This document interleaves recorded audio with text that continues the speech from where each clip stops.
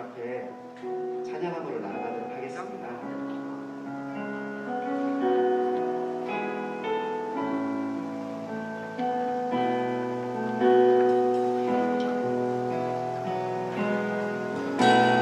주 앞에 엎드려 경배합니다. 오직 주께 주님 앞에 집중합시다.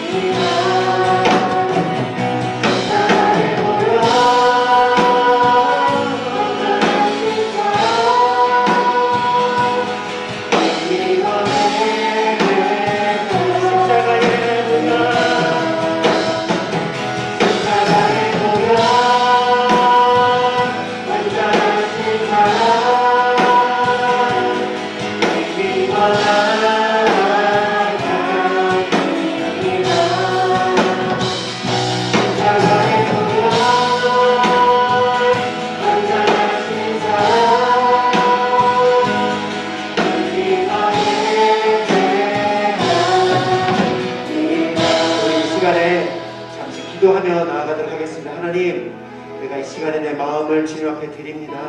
하나님 예배 가운데 나를 만나 주시옵소서. 우리 잠시 예배를 놓고 또 내 자신의 마음을 놓고 함께 주님 앞에 기도하며 나아가도록 하겠습니다. 살아계신 하나님, 우리가 주님을 온전히 예배하도록 합니다. 이곳에 있는 우리 학생들 한 사람 한 사람을 만나 주시고 한 사람 한 사람을 이끌어 주시옵소서. 주님이 필요합니다. 주님 우리를 만나 주시옵소서. 우리의 영을 회복시켜 주시옵소서. 하나님 다들 함께 하여 주시고 이 예배가 온전한 예배가 되게 하여 주시옵소서. 주님의 이름으로 기도했습니다. 아멘. 주의 나라 주의 권세 찬양 중에 임하네.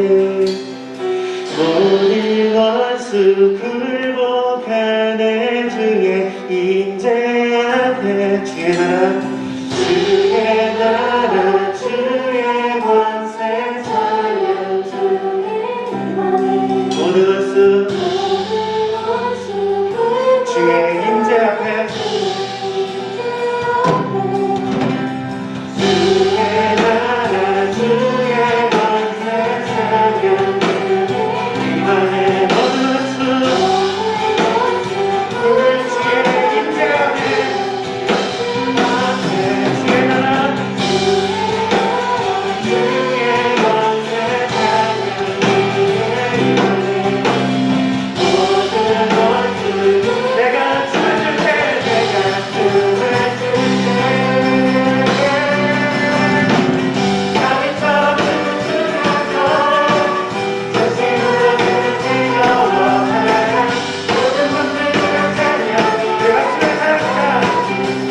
가비처럼 춤을 추면서 전심으로 그를 즐거워하라.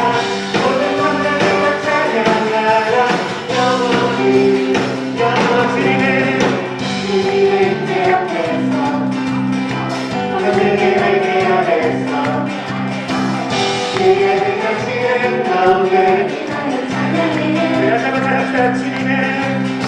주님의 제 앞에서 하늘의 날개 아래서 주의 능하시는 가운데 다시 한번 주님의 제 앞에서 주님의 제 앞에서 하늘의 날개 아래서 주의 능하시는 여러분 할 때까지 하세요. 주님의 임재 앞에서 주님의 임재 앞에서 하늘의 날개 아래서 주의 능하시는 가운데 자, 기도해갑시다. 주의 나라 주의 나라 주의 권세 찬양 아멘.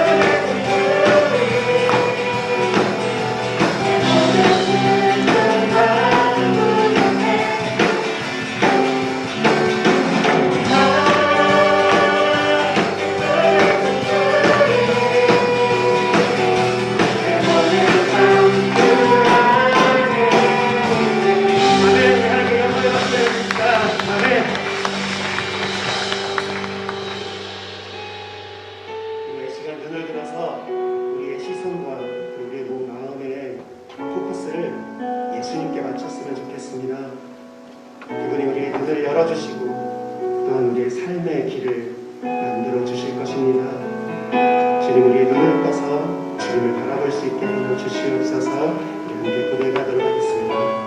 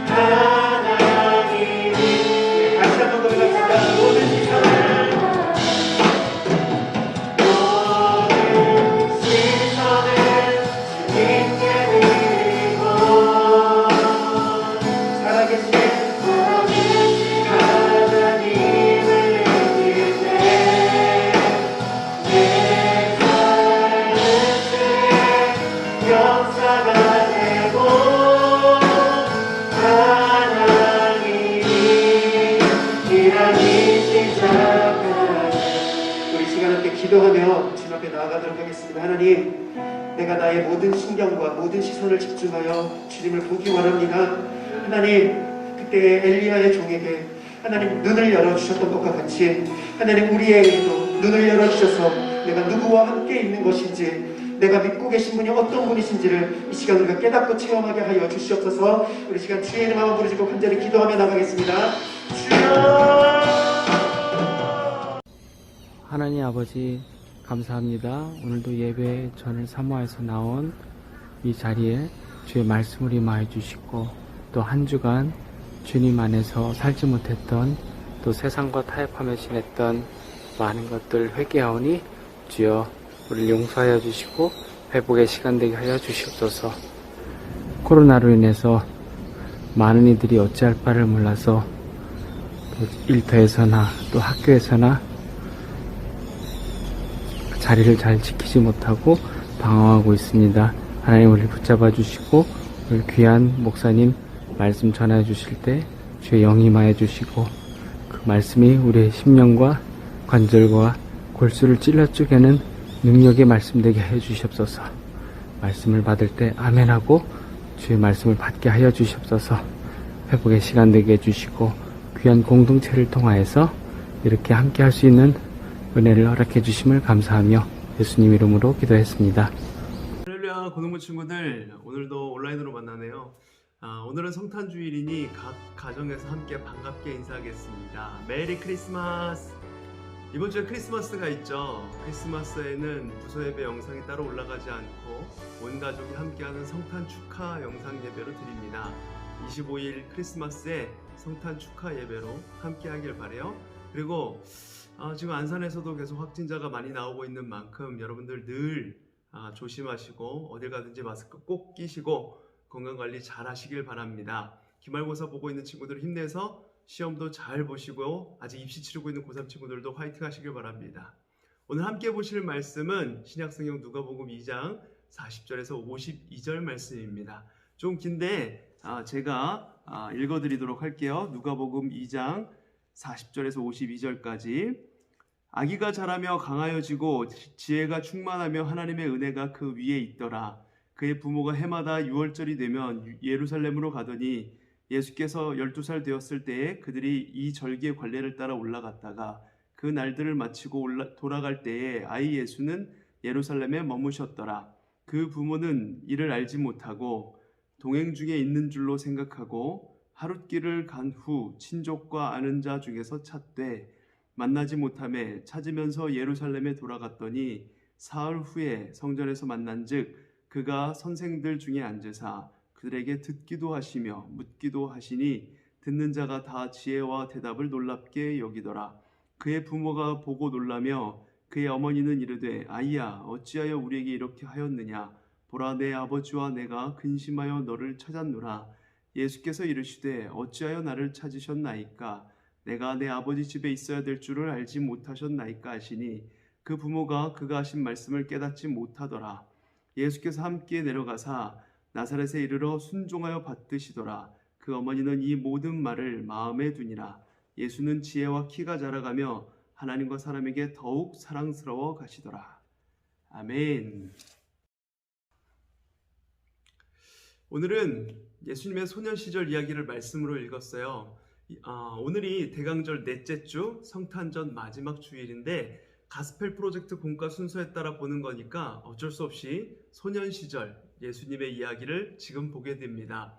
지난주에 말씀드린 대로 우리는 대강절을 보내고 있습니다. 예수께서 이 땅에 낮아지신 그 성탄의 의미를 묵상하는 성탄전 4주간의 기간이 대강절 기간이지만 예수님이 오늘 소년 시절 어떻게 성장해 가셨는지를 보면서 예수님의 메시아 사역의 시작에 대한 이야기 그리고 진정한 성장이 무엇인지에 대해서 오늘 말씀을 한번 나눠보고자 합니다.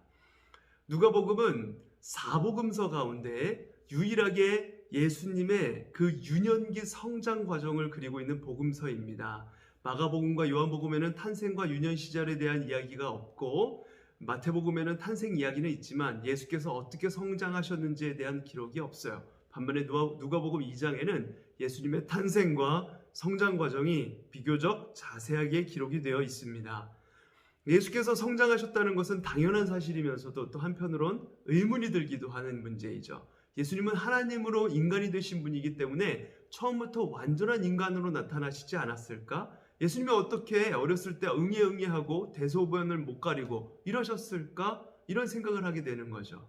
그러나 예수님은 무늬만 인간이셨던 게 아니라 온전한 인간이셨습니다.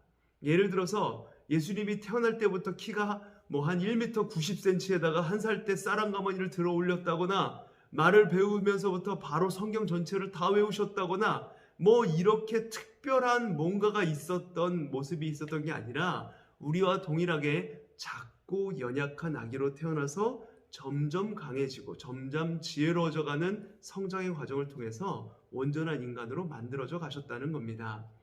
예수님의 탄생과 유년 시절을 보도하는 누가복음 2장은 조금 자세히 관찰해 보면 1절부터 39절까지는 예수님의 탄생과 그 직후의 일들을 기록하고 있고 40절에는 그 후에 12살이 되기까지의 과정, 12년간의 과정을 한마디로 요약해 놨습니다.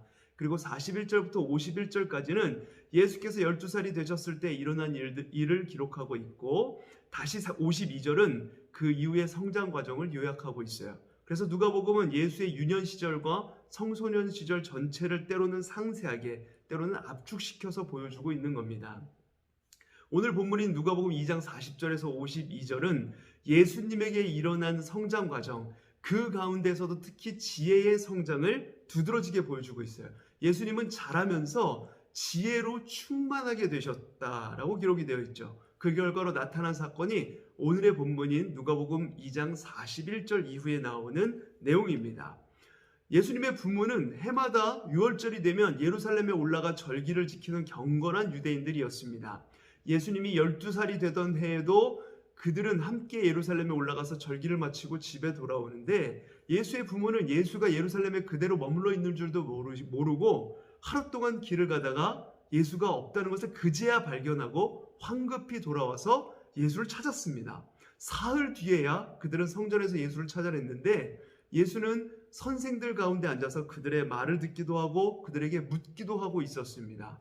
그에 대한 사람들의 반응이 47절에 나와요. 듣는 자가 다 그 지혜와 대답을 놀랍게 여기더라.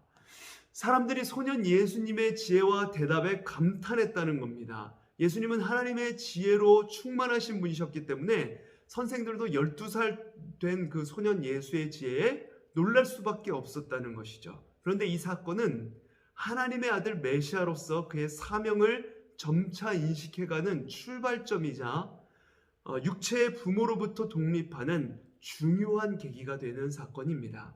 사흘 만에 성전에서 예수를 찾은 어머니 마리아가 놀라서 예수에게 말하죠. 48절 말씀에 아이야, 어찌하여 우리에게 이렇게 하였느냐? 보라, 내 아버지와 내가 근심하여 너를 찾았노라. 그랬더니 예수께서 어머니에게 이렇게 대답을 합니다. 어찌하여 나를 찾으셨나이까? 내가 내 아버지 집에 있어야 될 줄을 알지 못하셨나이까? 마리아는 예수를 아이야라고 부르십니다. 내 아들아 하는 뜻이에요.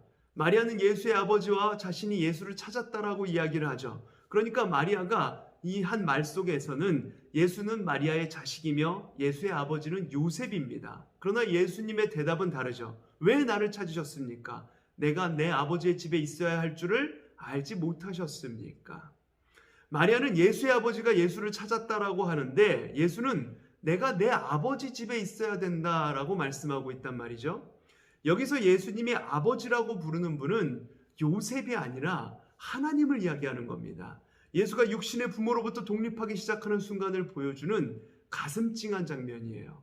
예수와 어머니 마리아의 대화를 전후로 문장의 주어에 초점을 맞추어서 누가복음을 비교해보면 재미있는 변화가 나타나는 것을 볼 수가 있습니다.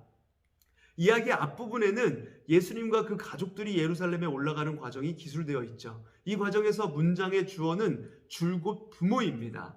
예수의 부모가 주어로 나타나고 있죠. 그리고 예수님은 부모님을 따라가는 것으로 묘사되고 있어요. 그래서 41절부터 46절까지는 줄곧 예수의 부모가 주어로 나타나는 것을 말씀에서 볼 수가 있습니다. 그러나 절기를 다 마치고 집으로 내려가는 51절부터는 주어가 바뀌어요. 51절에 보면 예수께서 부모와 함께 내려가 나사렛으로 돌아갔습니다. 올라갈 때는 부모님이 예수를 데리고 갔는데, 내려올 때는 예수님이 부모와 함께 내려가시는 거예요.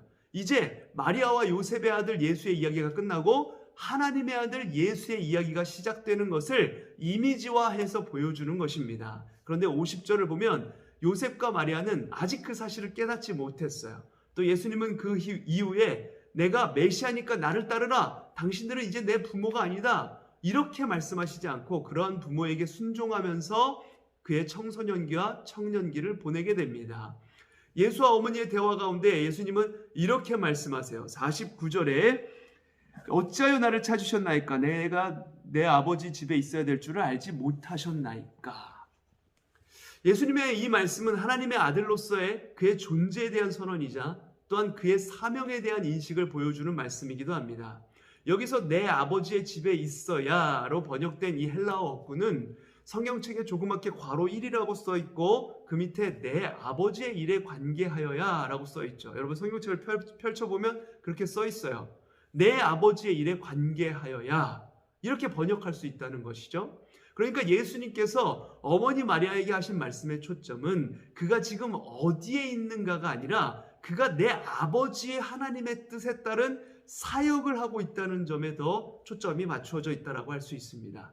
그래서 49절의 이 말은 어찌하여 나를 찾으셨습니까? 내가 내 아버지의 일들을 해야 함을 알지 못하셨습니까? 이런 말을 담고 있는 거예요. 그런데 그렇게 볼 때 예수님의 이 말에는 중요한 두 가지 포인트가 있습니다. 하나는 하나님의 아들로서의 예수의 존재, 즉 정체성에 대한 선언입니다. 하나님은 내 아버지시다. 나는 하나님의 아들이다 하는 이 정체성의 표현을 하고 있는 것이고, 다른 하나는 예수는 앞으로 하나님의 일들을 감당해야 할 사람이라는 예수의 사명에 대한 선언을 보여주는 것이에요. 존재와 사명에 대한 선언입니다. 존재와 사명은 이렇게 함께 가는 거죠. 우리의 존재와 사명도 마찬가지입니다. 우리의 사명은 하나님의 자녀가 된 우리의 존재로부터 시작이 되는 거예요. 우리가 하나님의 자녀라는 사실을 깨닫게 될 때 거기서 나오는 감격으로부터 우리에게 맡겨진 모든 일들은 우리에게 복음, 즉 기쁜 소식이 되는 것이죠. 하나님의 자녀된 그 감격을 표현해내는 것, 우리 옆 사람에게 전하는 것이 우리의 일이기 때문에 그렇습니다. 그러나 그러한 존재 인식 없이 하나님의 자녀가 되었다는 감격 없이 사명이 주어질 때 그것은 우리에게 율법이 되는 것입니다. 억지로 하는 일이 돼요. 하나님의 자녀라는 존재 인식이 앞서 있어야 합니다. 그래야 우리가 하는 모든 일들이 우리에게 기쁨, 복음이 되는 것이죠. 예수님도 하나님의 아들 된 그 존재를 인식하게 된 그 순간부터 하나님의 일에 관여해야 한다는 사명을 발견하기 시작하신 것이고, 그것을 요셉과 마리아 앞에서 선언하기 시작한 것입니다. 그럼 하나님의 자녀로서의 우리의 존재 인식은 어디에서 오는 것일까요? 40절과 52절 말씀을 비교해 보면 한 가지 힌트를 얻을 수 있습니다. 12살 이전의 성장 과정을 요약한 40절을 보면 예수께서 12살이 되기 이전에 이미 지혜로 충만했다라고 나와요. 충만하다는 말은 가득 차서 흘러 넘친다는 말입니다. 그런데 12살 이후의 성장 과정을 요약한 52절을 보면 예수의 지혜가 자라가고 있었다라고 말을 해요. 40절에서는 이미 충만하다고 했는데 충만한 지혜가 어떻게 52절에 이르러서 다시 자라가고 있다는 말인가요? 이거 모순 아닙니까? 이것을 제가 이해하기로는 이런 겁니다. 예수의 지혜는 공부를 해서 쌓았거나 어떤 돌을 닦아서 열심히 노력해서 깨달을 것이 아닙니다. 그것은 이미 아기 예수 안에 온전한 지혜로, 온전한 상태로 주어진 것이죠. 그러나 예수님도 우리와 동일한, 즉 정상적인 인간이셨기 때문에 어린 시절에는 어린아이가 이해하는 만큼만 이해할 수 있었고, 청소년 시절에는 청소년이 이해하는 만큼만 이해할 수 있었어요. 따라서 예수도 성장해 가면서 처음부터 충만한 상태로 가지고 있었던 그 지혜의 온전함에 점점 더 접근해 가셨던 겁니다. 우리의 신앙이 성장하는 원리도 이와 같죠. 신앙의 성장이란 우리의 어떤 노력과 어떤 대단한 수행을 통해서 랩업을 해가지고 그리스도의 완전함에 도달해 가는 것이 아니라 하나님께서 이미 우리 안에 시작하신 그 온전함을 하나님께서 친히 이끌어 가시는 과정입니다. 빌립보서 2장 13절이 말하는 것처럼 하나님께서 우리 안에 활동하셔서 내적인, 외적인 변화를 주도해 가시는 것입니다. 그것이 두려움과 떨림으로 우리의 구원을 이루어나가는 과정인 것이죠. 고등부 친구 여러분, 하나님께서 그 아들 예수께 그리하셨던 것처럼 하나님의 자녀인 우리에게도 신앙이 성장하게 하시고 그 과정을 통해서 하나님과 사람이 보기에 더 사랑받는 존재로 변화되어 가기를 소망합니다. 그러한 과정을 통해서 로마서 8장 29절에서 30절에 나타나는 하나님의 이끄심이 우리의 삶에도 온전히 나타나기를 바랍니다. 로마서 8장 29절에서 30절 제가 읽어드리겠습니다. 하나님이 미리 아신 자들을 또한 그 아들의 형상을 본받게 하기 위하여 미리 정하셨으니 이는 그로 많은 형제 중에서 맏아들이 되게 하려 하심이니라. 또 미리 정하신 그들을 또한 부르시고 부르신 그들을 또한 의롭다 하시고 의롭다 하신 그들을 또한 영화롭게 하셨느니라. 아멘. 하나님께서 이미 창세전에 우리 친구들 한 사람 한 사람을 택하셨고 또한 부르셨고 의롭게 하시고 영화롭게 만들어 가실 것입니다. 우리는 주님께서 행하시는 일들을 바라보면서 함께 성장해 가는 것입니다. 사랑하는 고등부 친구 여러분, 예수의 탄생을 기다리는 이 성탄의 계절에 하나님께서 예수님을 어떻게 성장시키셨고 그 사역으로 어떻게 이끄셨는지 바라보면서 우리 또한 우리 안에서 행하시는 여호와 하나님께 우리 자신을 내어드리고 예수님과 같이 성장하며 나아가는 우리 모두가 되길 간절히 소망합니다. 그래서 예수님과 같이 함께 성장해가는 우리 모든 고등부 친구들 되기를 간절히 축원드립니다. 기도하겠습니다. 하나님, 우리를 하나님의 자녀로 선택하셔서 하나님의 아들 예수와 같은 형상에 이르도록 성장하도록 이끄시는 은혜를 감사를 드립니다. 하나님께서 우리를 선택하셔서 부르시고 우리를 의롭게 하시고 영화롭게 하셔서 하나님과 사람이 보기에 더욱 사랑받을 만한 자녀들로 성장하게 하여 주시고 하나님께서 우리 안에 일으키시는 그 모든 역사에 우리가 두려움과 떨림으로 순종하여 우리의 구원을 이루어나가는 우리 모두가 되게 하여 주시옵소서. 하나님께서 우리 안에서 그의 일을 행하시도록 우리 자신을 하나님께 온전히 내어드리는 주님의 귀한 자녀들 다 되도록 인도하여 주시옵소서. 성탄절입니다. 아버지 하나님, 정말 기쁜 것이 하나 없어 보이는 굉장히 어려운 성탄절이지만 아버지 하나님께서 우리 가운데 오셨다는 사실, 우리에게서 일하기 시작하신다는 사실, 구원을 베푸시기 시작한다는 그 사실이 우리에게 큰 기쁨이 되게 하시고 위로가 되게 하여 주시고 가족끼리 가장 가까운 사람들과 이 기쁨을 나눌 수 있는 성탄절이 될 수 있도록 하나님 인도하여 주시옵소서. 아버지 하나님, 기말고사를 치르고 있습니다. 기말고사 지혜를 주시어서 잘 치를 수 있도록 주님께서 인도하여 주시옵고 우리 친구들 늘 건강 지켜주시어서 아버지 하나님, 코로나19 상황 속에서도 지키시고 보호하시는 주님의 은혜로 함께하여 주시고 아버지 하나님, 건강 잃지 않도록 주님 늘 함께하시고 인도하여 주시옵소서. 이제는 길이요 진리요 생명 되신 예수 그리스도의 은혜와 성부 하나님의 다함없는 사랑하심과 성령 하나님의 내재 충만 함께하심의 은혜가 하나님과 같이 내적으로 외적으로 성장해가며 하나님의 뜻이 우리 안에 온전히 이루어지길 소망하는 모든 고등부 친구들의 머리 위에, 사랑하는 우리 교사 선생님들 머리 위에, 모든 가정과 교회 위에, 코로나 바이러스로 신음하고 있는 모든 이들 위에, 모든 의료진들, 정부 당국 관계자들 위에, 이 나라 이 민족 온 세계 열방 위에 이제로부터 영원까지 함께 하실지어다. 아멘.